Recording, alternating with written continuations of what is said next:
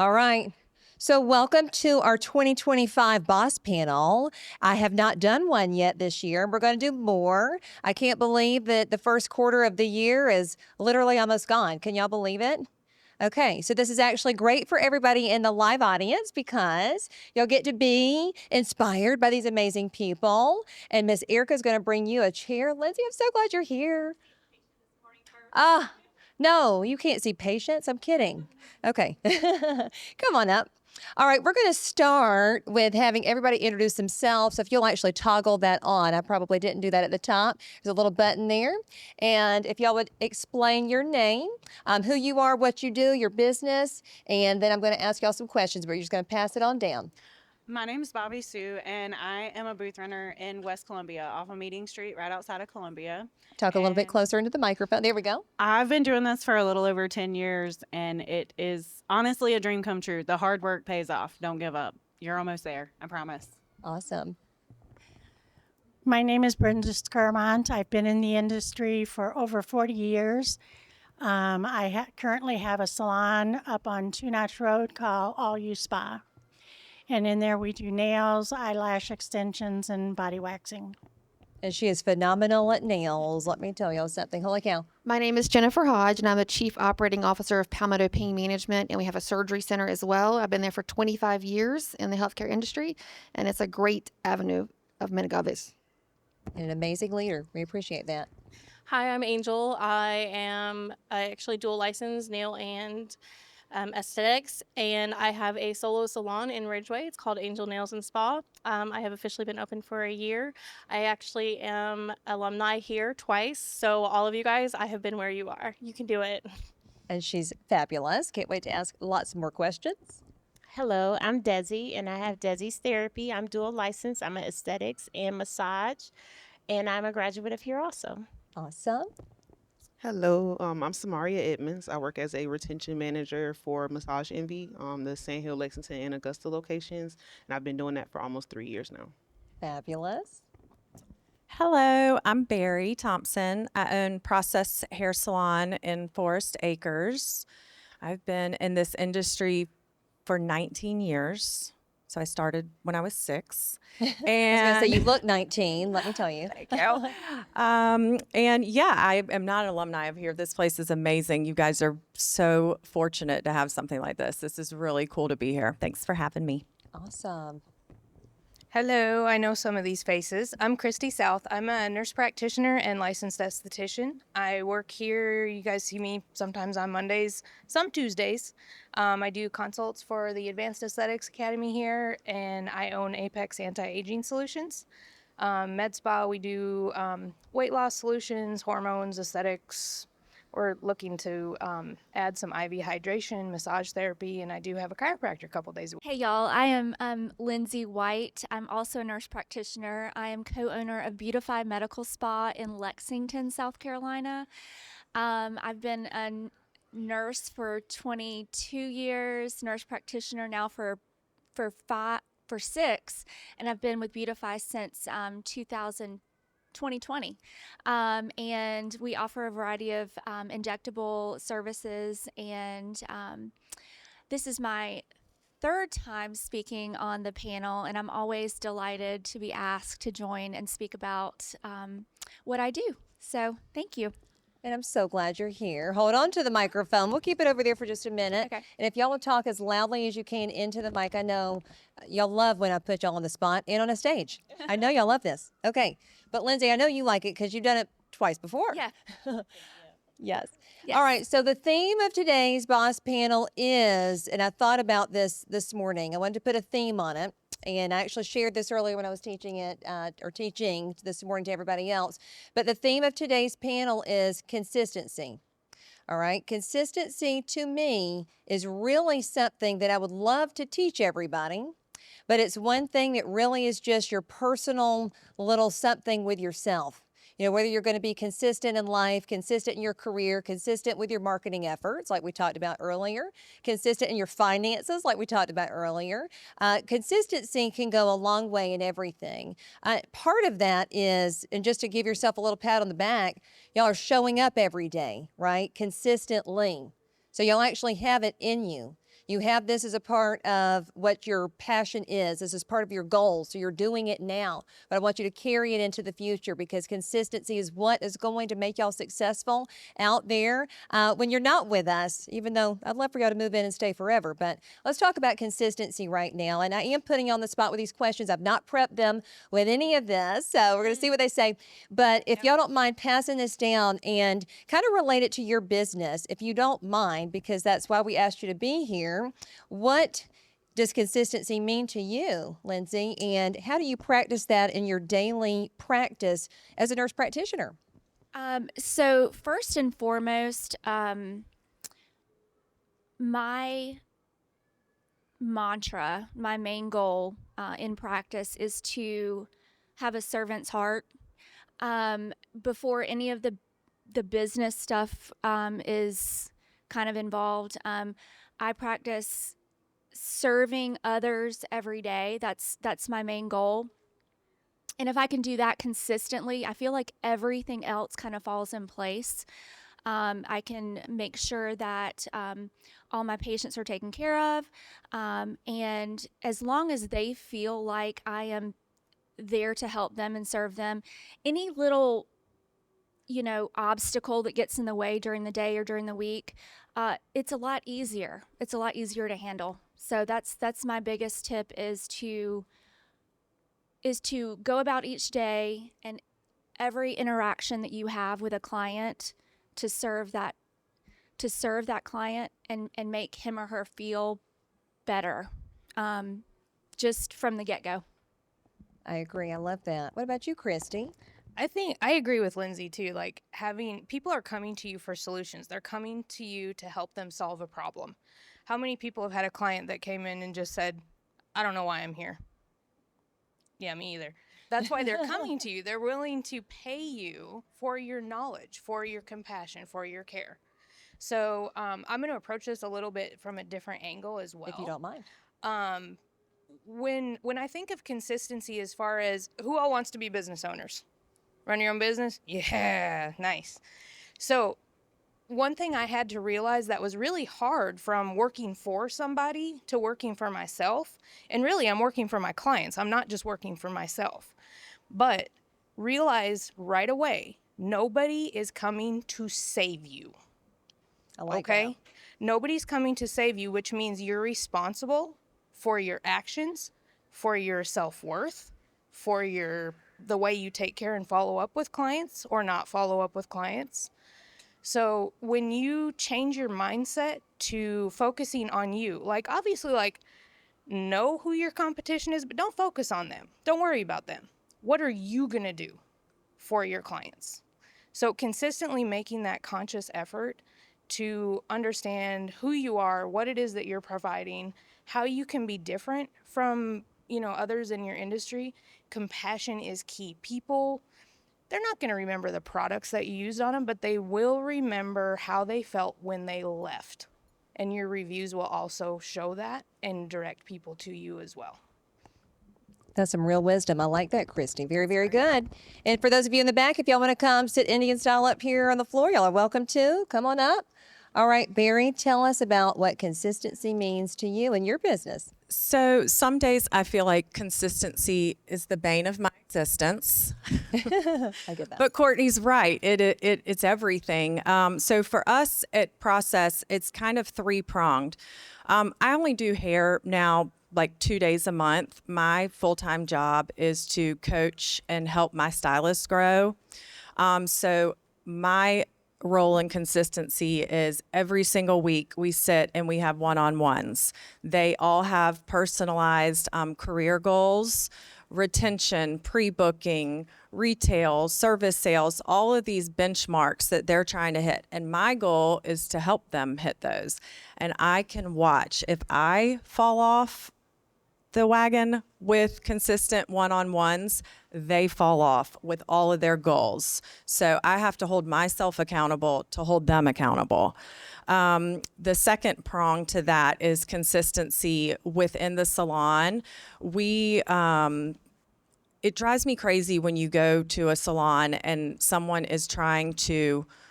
a client is trying to rebook their next appointment around my schedule. we are here for the client. So our goal at Process is to train all of the stylists, not within a tiny little box, but on a consistent level so that a client can come in and feel comfortable with whoever they go to within the building. If they can't get in with me one time and they don't feel comfortable going to someone else, they're going to leave. They're going to walk out the door. We're never going to see them again. And that doesn't do anyone any good. So we really work hard on them feeling comfortable. Of course, everyone has their favorite stylist, but if Amber is out on maternity leave, the choice is we cannot address it, discuss it with the client. We cannot train other stylists to perform similarly to Amber, and the client will leave. Or the client can feel like she's a Process girl and not just Amber's girl.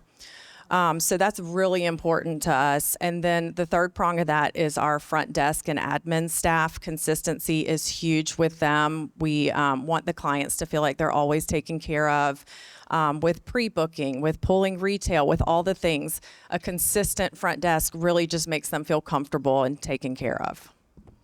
Wow. I love that. Okay. Barry, that was very, very good. I love one-on-ones, and I love that you mentioned that. That was fabulous. Okay. All right, pretty mama. What does consistency mean to you? I know you got lots of nuggets to share. So I did want to touch base on what Barry was saying about consistency throughout the entire facility because everybody has to be consistent. But a big thing when it comes to retention with consistency is how you're talking to people. I do a lot of outreach on a regular basis. So whether that be clients who, have missed payments, are not regularly scheduling, want to pause accounts, things like that. I'm a script girl.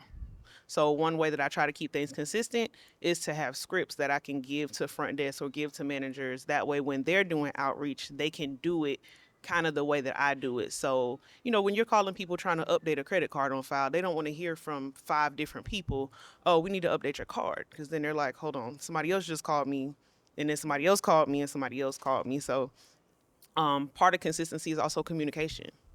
You have to be able to, everybody has to know what's going on, so that you don't have more than one person doing something and everybody's not all on the same team.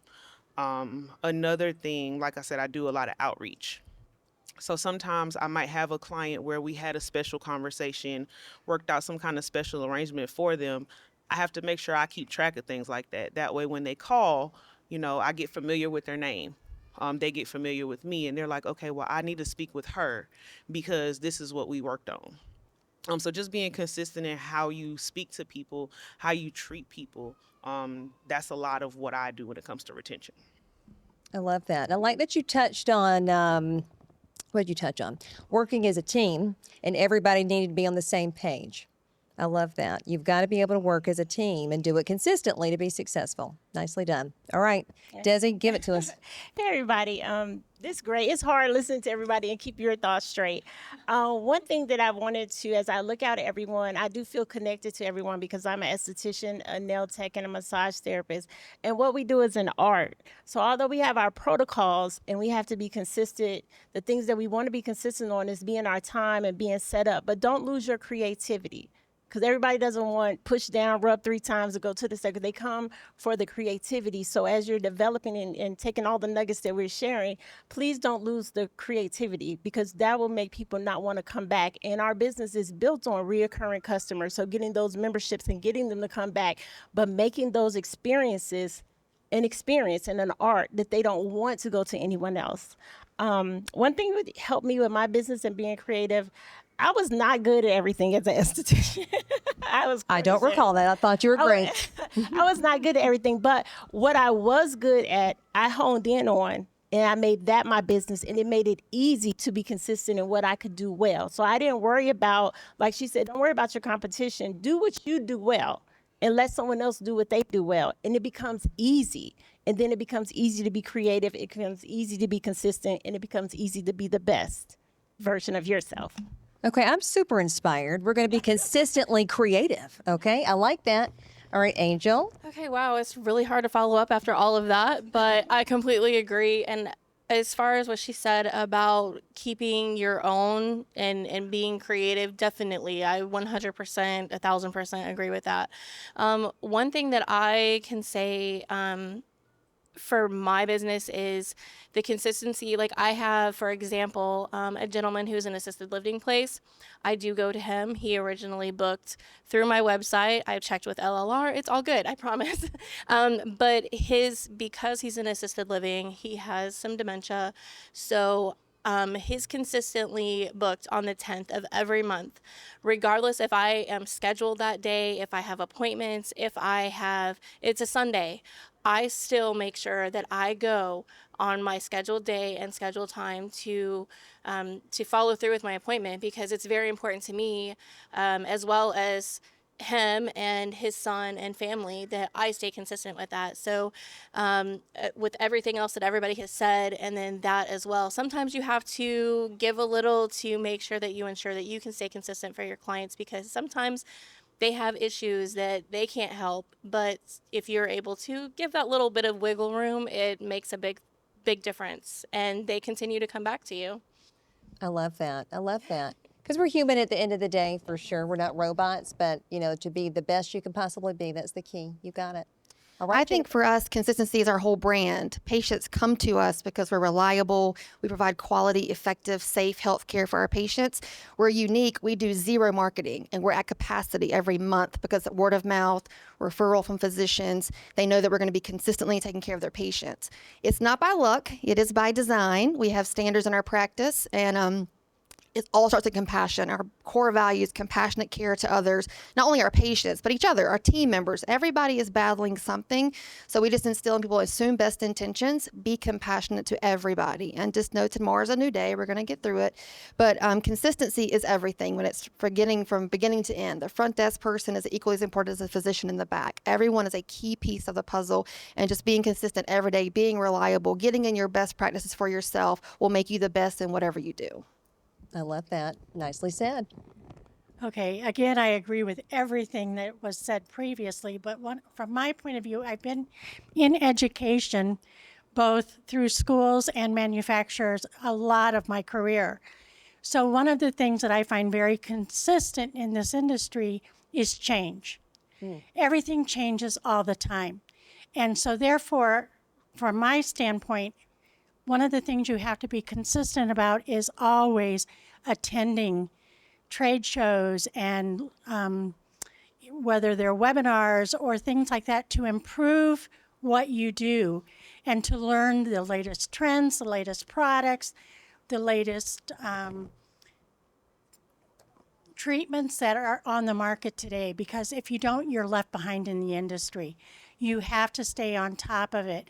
And I set my goal to attend a minimum of 2 major events that focus on what I love to do, which currently is nails, is my favorite thing. Because if I don't, everything passes by. You look in any of your magazines and everything, and you see something, you're like, wow, how did they do that? What did they do? And you have to research it and resource it. So training, continuing education, and keeping on top of everything and be consistent about it so you stay current in the industry. Absolutely, Brenda.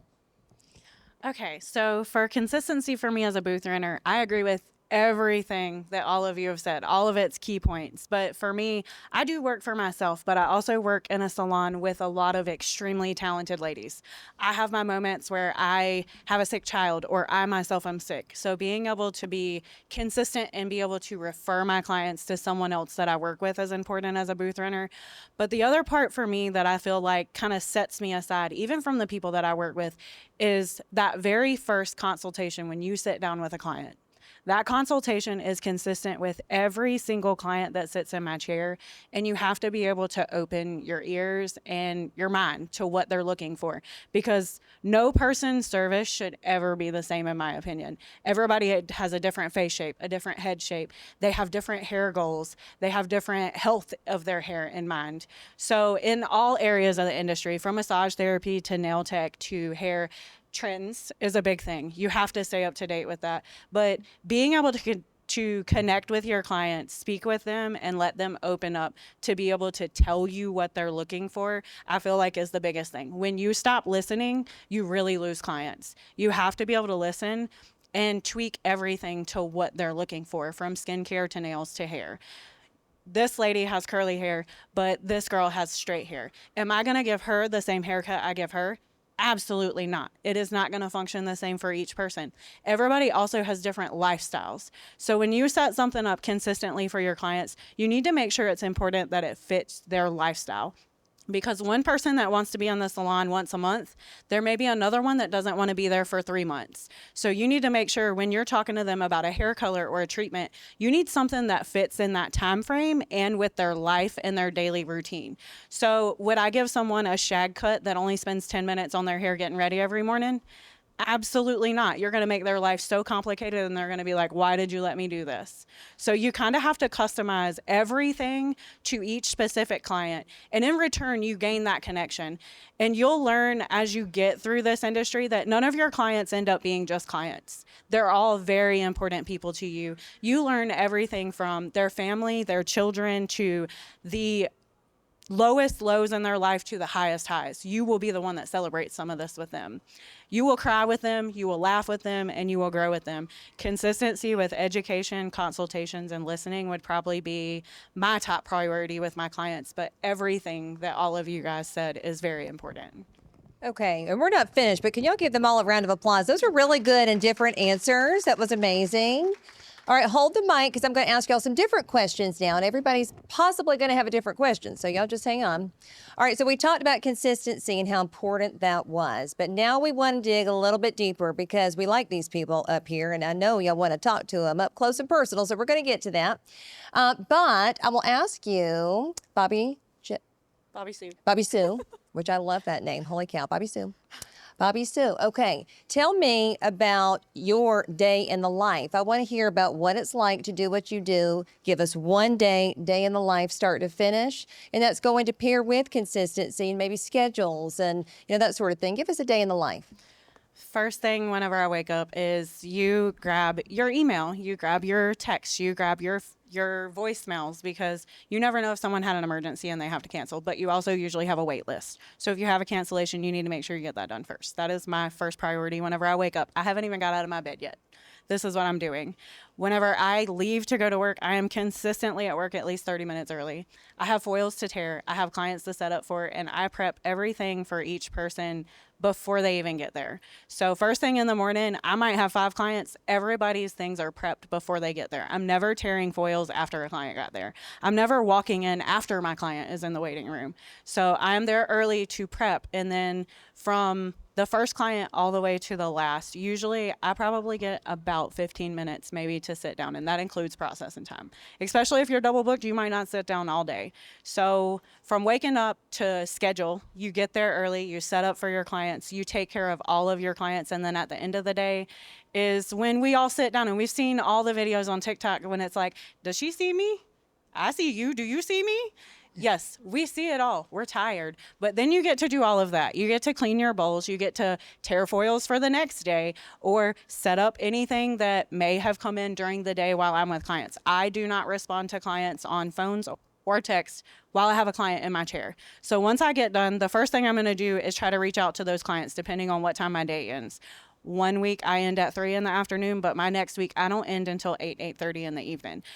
If I'm not getting done with my day until 8:30, I'm obviously not going to reach out to a client at 8:30 at night. We have lives, we have families, and I don't want to interrupt that. I will get back to them first thing in the morning. But the next thing is clean up, making sure everything looks good for no matter whose client walks in first thing in the morning. It might be mine, it might be my coworkers. So from start to finish, I feel like it's prep, clean, and make sure you're listening to your clients. Okay, that's amazing. So you're clearly super organized, which is why you're so successful. I love this. I need everybody's autograph when we're done. This is amazing. Okay, different question for you, Brenda. Okay. Because I know how talented you are. So maybe a 2-part question for you. Number 1, how did you get so good at nail art? Please tell us. And you're going to have to show everybody some of that. But then number 2, what are the top 2 services at your salon? And kind of sell it to us a little bit. Tell us maybe why you're passionate about those 2 services. All right. The first thing I think is, I've always been a perfectionist in everything that I do. So very early in my career, I got interested in competing in nails. And so I would enter the local shows. They weren't, at that time, there were a lot of independent suppliers, and they would have shows once a year on their own. And so I would attend the trade, their show and compete. And right away I was winning consistently.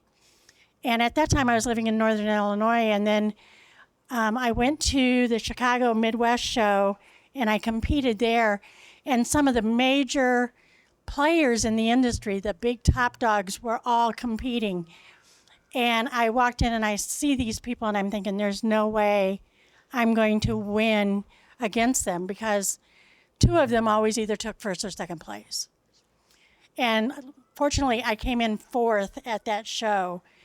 And by doing that, though, the company, the manufacturer, the brand that they represented, started talking to me, and I was talking to them, and I became an educator for them. So I was able to work with the top people in the industry, the innovators, the trendsetters. And when we would have our trainings, it was very detailed, and you have to be consistent in your shaping and your smiles and in the thinness and the overall appearance. And I learned those things, and it improved my salon. Salon nails are totally different from competition nails, but it improved my salon work a lot. And along with that, because you're working with innovators, the nail art, it just took it a step above, and you got to see it before it became the trends. And that was one of the things that I've always enjoyed, and I just excelled at it, and I love doing it. It was supposed to be my secondary career, and it now has become my passion. And I'm constantly looking through Pinterest and Instagram and all of those things, looking at what people are creating. And if I see something that I like and they offer a course on it, I take it and I learn it, try to master it.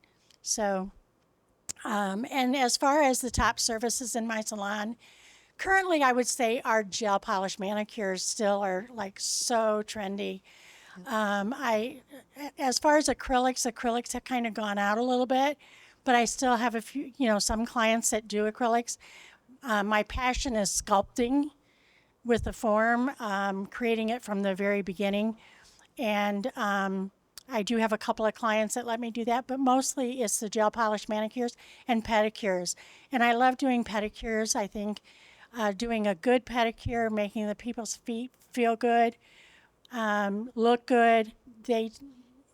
People are always impressed with the massage and just the quality. So. Okay, well, I'm booking an appointment with Brenda. That's happening for sure. But what I took away from that really quick, too, is the fact that she went out on a limb, faced anybody's fear, which is competing and doing competitions. I think that's incredible. And those are available to all of you, by the way. There's one that we just actually partnered with, Skills USA, and just became a school for that one. There's one of them. But competitions, that's something y'all could do. Always step out in fear. Don't be worried. And look, you could be an educator for a big brand and be the best in your industry like Brenda is. So that's incredible. When you go out to some of the shows, don't be afraid to compete, because competition is always going to improve your skill. You always get comments back. Well, I will say not always, but most of the time you will get comments back from the judges on how to improve, and you can see other people's work and what they've done. But by doing that, it only helps you. And at competitions, they have novice and veteran. So you're not going to go in there and compete against all the top people. You'll start with people that have never won before. And as you win, you move up through what you're competing in. And it opens up doors to manufacturers. Through the manufacturer I worked with, I got to travel to 45 different countries. I worked with them for over 20 years, and I still worked in the salon full time. But it was my great side gig. And it brought in additional income for me, but it also just, I don't know how to put it into words. I'm so thankful for that time, and I wish I could still do it, but age and everything else makes it impossible. But it does, and when you do that, and manufacturers, especially like the top manufacturers, are going to see what you're doing. And you can approach them or they can approach you and say, hey, we'll sponsor your competitions. And that's what I did the last, like 5 years I was sponsored. And so I didn't have to pay any of my entry fees or anything else. And it was just a wonderful opportunity. So if you work hard and go out there and just keep persevering, put your face in front of those people, those kind of opportunities are open to you as well. Lovely, Brenda, you're fabulous. All right, we're going to switch gears because, by the way, we also have a clinical medical assistant program here at the school. And Jennifer is one of our externship site leaders slash business, managers and everything else you do. So tell us, Jennifer, in your own words, what makes a really good medical assistant to you as an employer, somebody in the hiring position? So myself, I started with this company. I was a college graduate going through a divorce with a 9-month-old baby. I took this job as an entry-level position, thinking I'll be here for like a year and I'm moving on. I'm 25 years later, I'm still there. So the advice I give everybody, you work every role as you're up for promotion. You come in and you work it. Our medical assistants are really the key between our physicians and extenders because we don't use a lot of RNs in the clinic setting. Our surgery center is all RNs, but our MAs are really the core of our business when it comes to the clinical side of it. And I tell them all the time, you come in here and you work hard, there's growth for you here. But if you come in, you're on your cell phone, you're just hanging out, you're taking a 2-hour lunch break, I can't find you, you're not going to get a promotion. You're not going to grow with this company. But I took the opportunity when I started there. I knew quickly, hey, I got to do the best work because my parents told me you can do a good job wherever you go. And just work hard every day. Come in, good attitude. I always tell my staff, we all have stuff going on. Check it in the parking lot. Leave it in the parking lot till 5 o'clock. Come in and do your best. People rely on us. Medical assistants are so key to healthcare right now. You need to make good, smart decisions. You got prescriptions, you have orders, you have a lot of critical things that physicians rely on you to do. And so I just say a good, reliable person showing up every day, being consistent, looking professional. Don't come in like you slept in your scrubs last night. We do see it all sometimes. You don't last very long with us because you're representing our brand. Again, back to the brand. But just take into account, in your mind, when you come in today, I am going to do my best work. And so I tell my students, when you're here for your externships, you're auditioning. This is a job audition. This is your time to shine. 'Cause we do hire a lot of externs. We have a lot of student programs come through us. We love Courtney because this program is top notch across the board. Whether you're in the esthetician program, everything Courtney does is above board to many, many schools. You're in a very blessed place. You may not realize it, but she doesn't. I say it all the time. She does an amazing job. So we want to hire her students. I know they're quality trained and getting the appropriate material here, but it's all up to you. You come in, you work hard, but I just say every day, put your best foot forward, pretend you're up for a promotion, and one day it'll happen. It happened to me, and now I'm the chief operating officer. It took me 24 years to get that job, but I came in every day on my good days, my bad days, my sick days, days I didn't want to come in, days I had my feelings hurt, days I was going through other things, but I showed up, and that's the first thing. Just show up and do your best work. Wow. So someone that worked her way from, where you started to chief operating officer, that's a huge chief role. To be in a chief role, that's a big deal. That goes to show you that she has practiced consistency for as long as you've been in this position. That's incredible. Yeah. Wow. I love that. Thank you. I love that. Okay. All right, Angel. So you have opened your business, and I just saw how amazing it was decorated. I love all this. Tell us why your clients are obsessed with you. Give me 3 reasons why your clients come to you, because I know how popular you are. I know how much I like you, but why do your clients like to come see you? Give us some insight. Wow. Well, definitely the consistency. Also, I care. Not just a little bit, not just okay, you're my client. I know that you're going to pay me. Yes, the money's great. Don't get me wrong, but I genuinely care. All of my clients, first time client, regular client, old clients, new, whatever, they all get the exact same. Well, I'm not going to say exact same treatment, but they all get treated the same way. I treat them like family. One of my clients, it's actually the mother of a regular. The first time that she came in, I will never forget. She was like, I don't feel like a number with you. And that stuck with me. I was like, that made me feel really good because I paid attention to what she was saying. I made sure that any concerns that she had, I addressed them. every one of my clients, whether it's a nail client or an aesthetic client, they come in, they have their own files, they have their own bags. I don't share files, I don't share buffers, I don't do anything like that. My clients also see that I am very OCD about cleanliness. They see my barbicide everywhere. I have hospital grade wipes that I get from family members that are, I have a little connection there, but they are constantly seeing me cleaning and making sure that like everything is like tip top shape. That's very important to them. They love that I'm always looking for healthier options. Not that I'm saying that acrylic is all bad, because as long as you do your research, your prep, everything as a nail student, it's not a bad thing. But I am one of those that took acrylic completely off of my menu because I do not like it. I don't like to do work over some of the salons. I'm sure Miss Brenda can understand where I'm coming from on that. I remember her. She's amazing. Just got to put that out there. But I chose to take that off of my menu because I want to focus on the healthier options. And like she had said before, there's a lot of people that are tending to come away from that.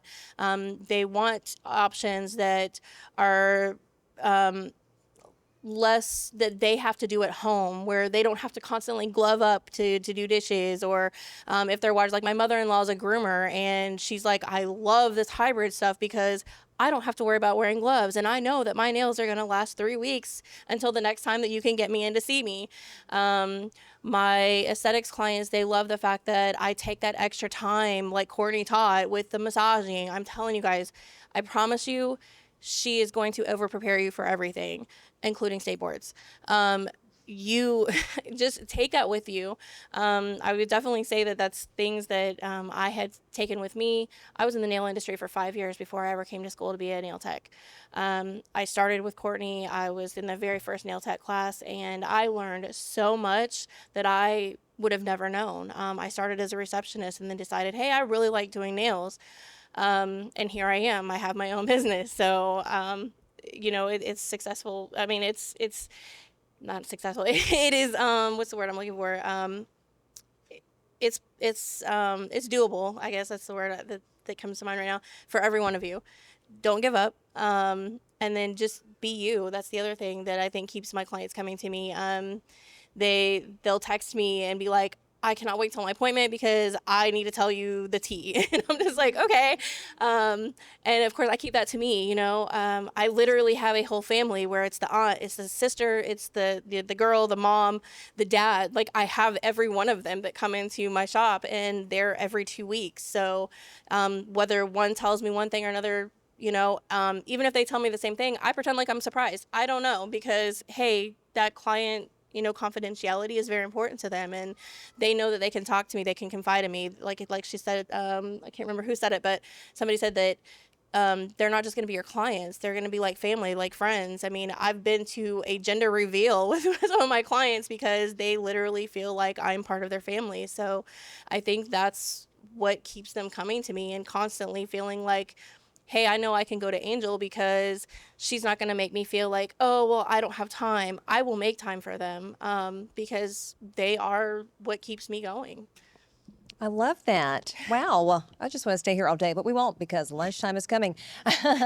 No, but what I love that she shared was about many things, but one being sanitation. I appreciate that. We just had the new students look at the board orders, and y'all know we don't want to be on that board orders list. So sanitation is key. Thank you so much on that one. And to switch gears a little bit, make sure we cover all the professions here. Desi, we're going to talk about massage therapy. That is one license of many that you have.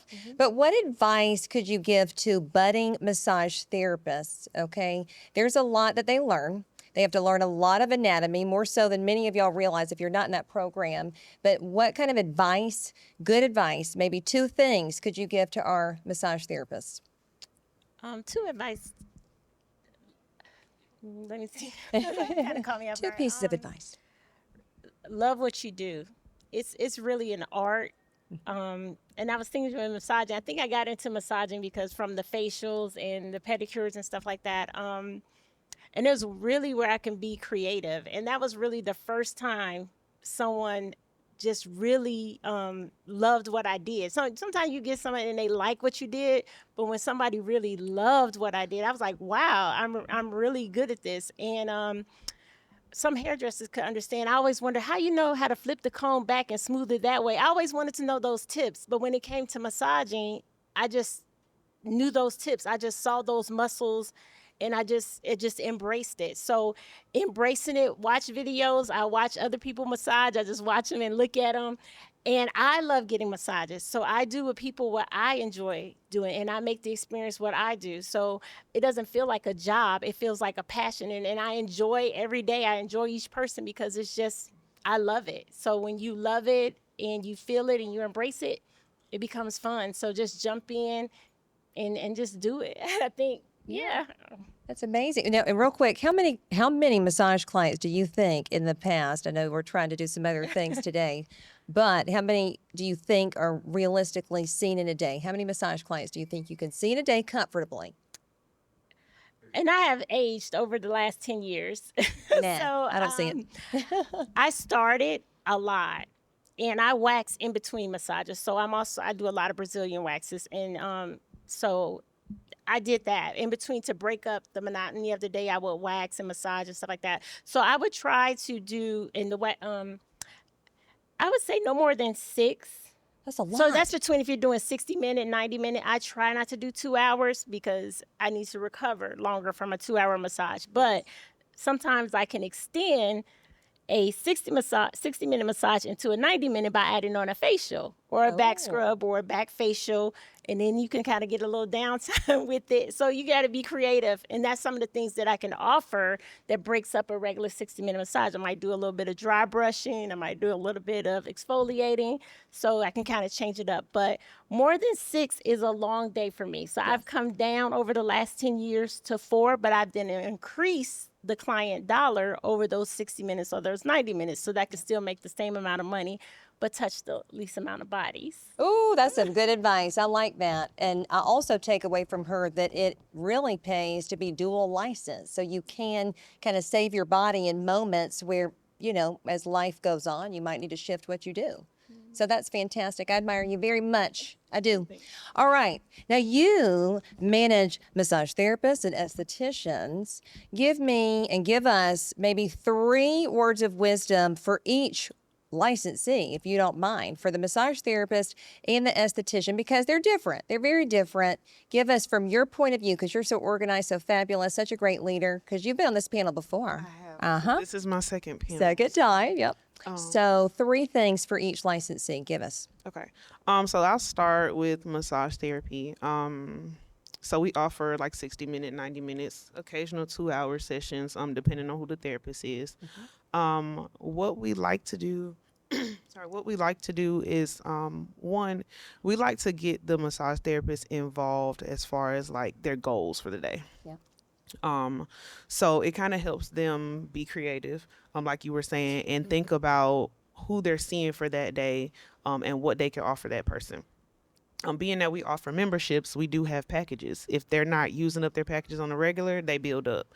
So we might start off like a huddle one morning and tell them, okay, well, you have Miss Leslie coming in. She has 6 packages in her account. What can you do for Miss Leslie today? Now me, I'm a keep Miss Leslie here all day kind of girl. Miss Leslie got 6 packages. She need to be getting a massage. She need to get a facial. Go ahead and throw a wax on there too. Get advanced skincare. We're doing all that for Miss Leslie. She don't need to go anywhere today. So your massage therapist, we try to tell them to just be creative about what you can offer that person for the day. Enhancements. If they're coming in here, oh, I've been having my back is hurting, get a hot stone. Like, try to make them think about what the client is dealing with and what benefits certain enhancements might offer them. Yes. For estheticians, kind of keep it the same way, but touching on what you said about saving their hands. Advanced skincare services. So even though, you know, it may be an advanced service, those tend to be the services that save their hands a little more often. Because one, even though it's blocked off for a certain amount of time, it actually takes less time to do. It just has more benefits. So we try to get the estheticians to kind of think outside of the box, and offer their clients something that, one, they may have never tried or never even thought of doing. I know when I first got my first facial service, I got was a chemical peel. I love chemical peels now. You can't take me away from one. If I get a service, I want a chemical peel. That's why your skin looks so perfect. Thank you. Yes. Thank you. But yeah, just trying to, on both ends, trying to keep them thinking outside of the box. Estheticians, literally every single morning, we print a certain report out for them so that they know what retail that client has purchased before, what services they've received before, what packages they have in their account, just so that esthetician can come back and say, hey, I noticed that maybe she's purchased from this vendor before. She purchased like 12 months ago. Let's see if she needs to refill those products. Let's try to initiate some retail sales along with services for that day. And then I do want to like touch base on just like front desk. Yeah. With front desk, we like to have them literally create goals on a daily basis. One thing that we do, I know specifically we do it at the Lexington location, but when they come in the morning, go to the retail wall, grab something, sell it. You have all day to sell this, and it needs to be gone. Like, literally pick something out. You tell me what the benefits of it is, and you have until the end of your shift to get rid of this product. And usually we have some kind of incentive for it. So even offering incentives just to get them to think outside of the box, they love it. I don't care if we're giving away a session, a pair of socks, something, but incentives just to make sure that people are able to think outside the box, create goals, as well as actually achieve the goal. Well, holy cow, Massage Envy is very lucky to have you. I like that. That's incredible. You're very knowledgeable. Thank you so much. All right, almost there, folks. Almost there. All right, Barry, we have got some very talented cosmetologist students, right? And they love doing hair, they love doing skin, they love doing nails. But if you could give some advice to cosmetologists, I'd love to hear your top 2 things. But then maybe for process, how do y'all hire cosmetologists? Do you hire? Do you hire W-2? Do you have booth renters? Kind of give us the rundown on that one, because I would like to plug in a little bit of Process Salon. Make sure we share about your business. Thank you. Give us we the love a gist. plug. Yes. So I think my top 2 tips, I mean, I'm like taking notes from what she just said, y'all. My front desk, we're going to have a chat when I get back today. But kind of coming off of what she said, it's a number 1 tip. No matter what your business model is as a cosmetologist, is you need to know where you are. You need to know what your goals are and where you are in your goals. We track goals daily, weekly, monthly, and any of my top 6-figure stylists that work 4 days a week, which is the goal, right? Everyone wants to work less and make more. Any of my top tier stylists, at any moment I could walk up to them and say, how many add-ons are you at this week? What's your retail this week? You know, any of the benchmarks, and they always know it. And I think the younger stylists that are annoyed with me because I ask them to constantly track their goals don't think that's true, but it is true.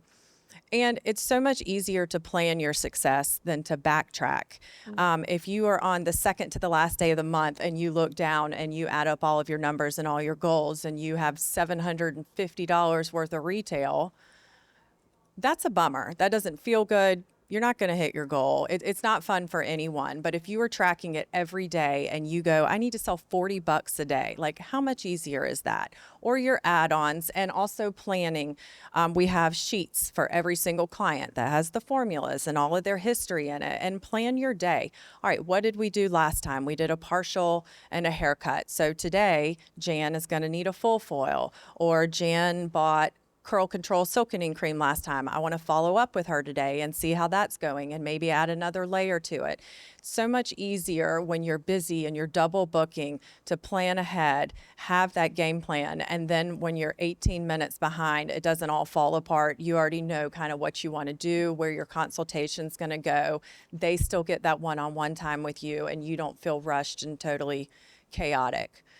What was part 2?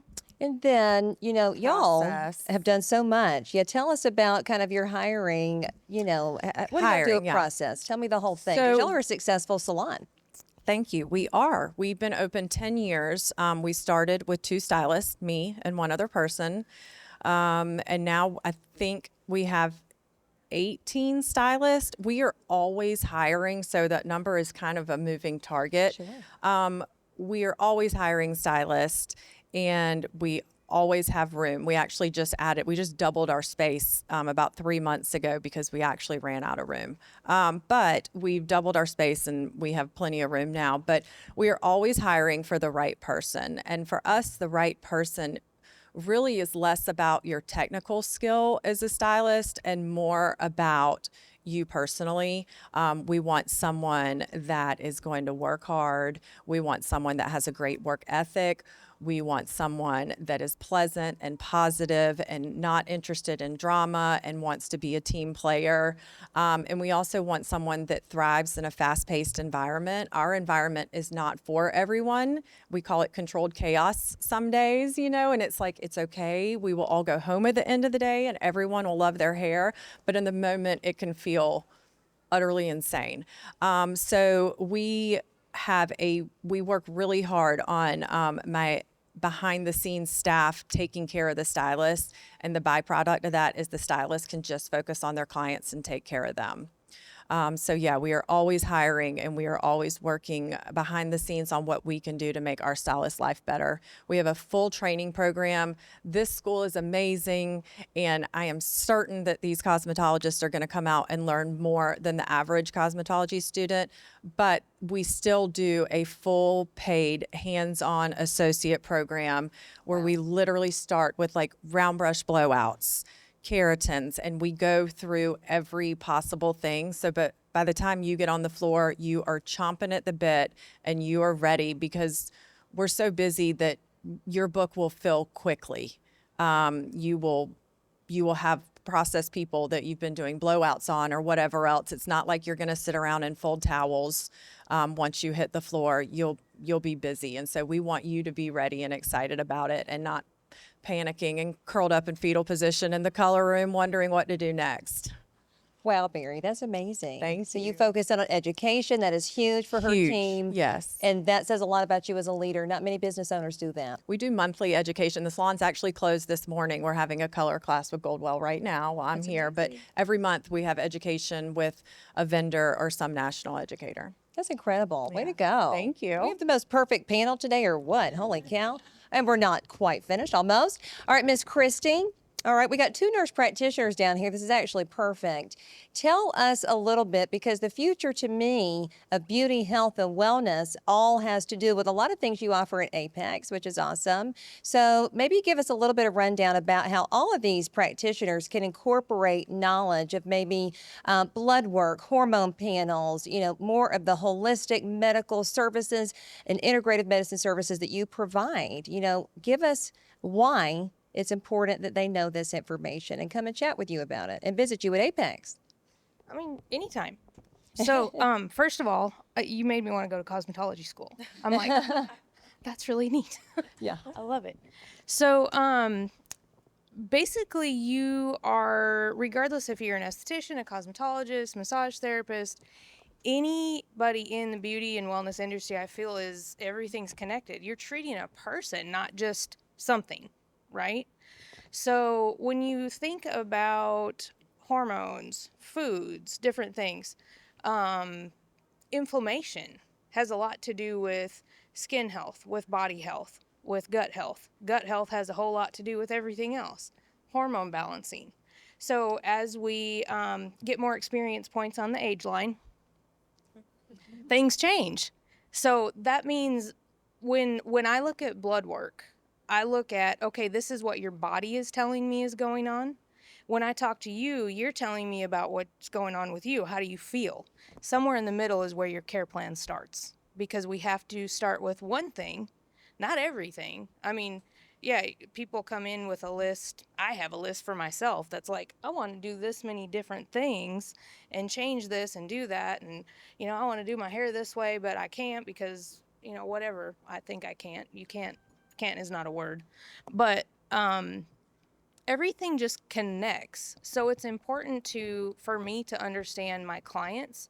I have a lot of, so I bought a pre-existing weight loss clinic and I added all these other services because I now have a lot of clients that started in weight loss that have met their goals through nutrition, lifestyle coaching, things like that.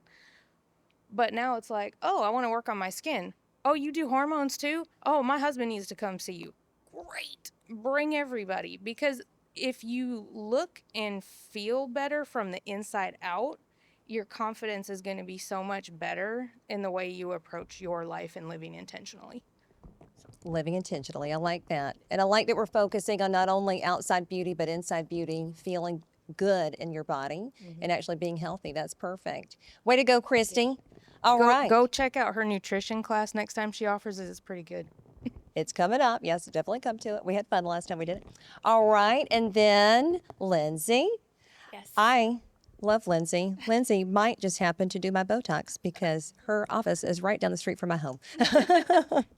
But Lindsay, give us a little bit of insight. I talk to a lot of students that come here that actually want to further their education and go into nursing and getting into things like cosmetic injectables. And I know that's one of many things that you do, but that is probably most likely your forte. You are very, very, very good at it. Tell us a little bit about what cosmetic injectables do very briefly and kind of why these individuals need to know about it and work with and refer to their clients to people like yourself. Okay, well, first of all, I wish I were sitting out here taking notes from all of these. I think this is probably the best panel yet. agree. I'm learning so much from everybody.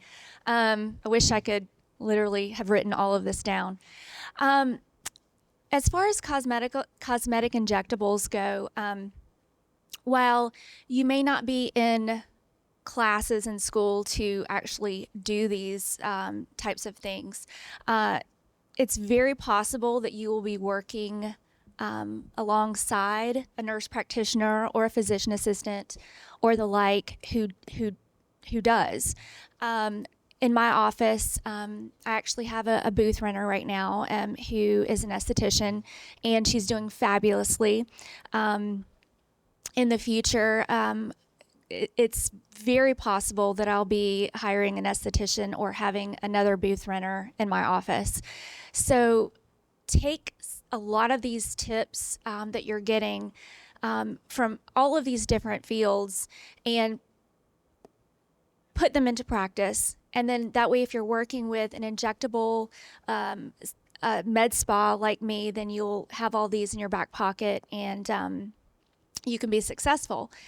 Now, injectables go beyond these days, Botox and filler, although that's my passion. I love doing those. But we also do chemical peels, weight loss injectables, and things like that.